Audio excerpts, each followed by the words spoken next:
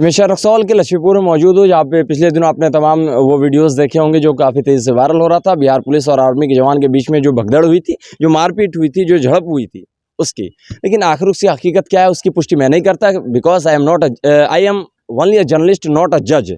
हमारा काम सिर्फ पत्रकारिता करना है, हम जज नहीं है कि कौन सही है कौन गलत है। लेकिन उस बीच में जो जड़ है, जो मुद्दा है, जहाँ से लड़ाई झगड़ा शुरू हुई, आखिर वो क्या था।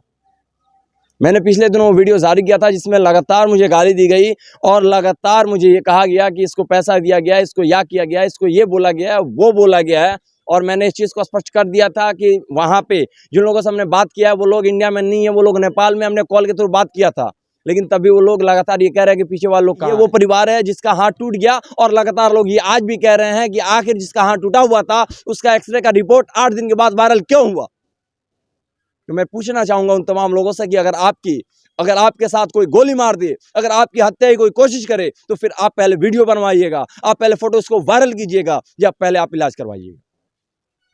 और उसके साथ साथ ये तो जांच का विषय है कि आर्मी जवान ने गाली क्यों दिया, और ये तो जांच का विषय है कि एसआई को हाथ क्यों छोड़ना पड़ा उस आर्मी जवान के ऊपर। लेकिन जांच का विषय उसके साथ साथ, और अगर आप अगर असल समाज से भी हैं, अगर आप सही समाज से भी हैं, तो आपको यह देखना चाहिए था कि जिसका हाथ टूटा था उसका कहाँ हुआ, क्या हुआ, कैसे हुआ, आखिर उस गरीब का जो इलाज करवा रहे हैं वो कौन करवा रहा है, उसकी जिम्मेदारी किसने ली है। वो एक मजदूर जो कि दिन भर कमाएगा तो शाम को 380 रुपये कमाएगा, शाम को 380 रुपये घर में ले करके आएगा। और आप तमाम लोगों को ये अच्छे तरीके से मालूम है कि अगर मार्केट में हम निकल जाएं तो 380 रुपये में क्या क्या आ जाएगा, मालूम हो। लेकिन उस आदमी का अगर हाथ टूट गया तो फिर मेरे भाई उसको देखने वाला कौन, उसकी जिम्मेदारी लेने वाला कौन। फिर घर में 5 बेटियां हैं, 2 की शादी हो गई है, 3 बच्चियां घर में पढ़ने वाली हैं, फिर उनको पढ़ाने वाला कौन, फिर घर की जिम्मेदारियों को संभालने वाला कौन।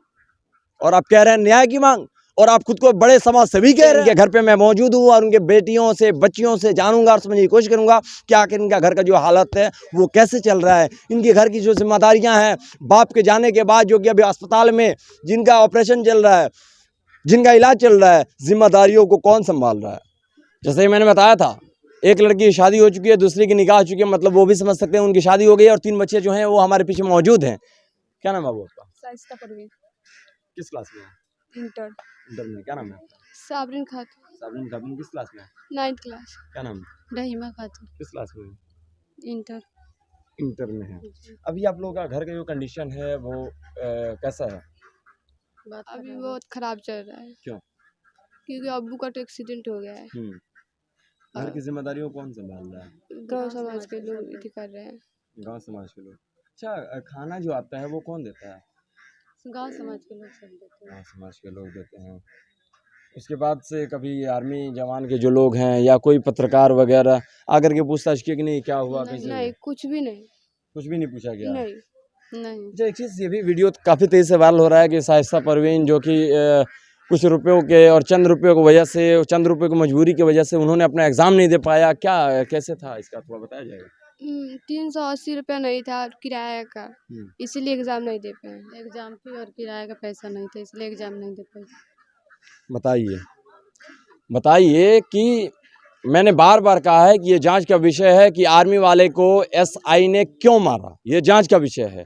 और एसआई को आर्मी के जवान ने गाली क्यों दी, और उसके साथ साथ चाहे वो आर्मी के जवान हो, हमारे एसआई के जवान, हमारे बिहार पुलिस के जवान हो, या इस परिजन को, खास तौर से इस परिजन को जो इस मामले में बलि का बकरा बनाया जा रहा है, इसको न्याय जरूर दिया जाए। इन्हीं तमाम खबरों के साथ मैं फखरुज़्ज़मा, हलचल खबर देखने वाले आप तमाम दर्शकों का बहुत बहुत धन्यवाद।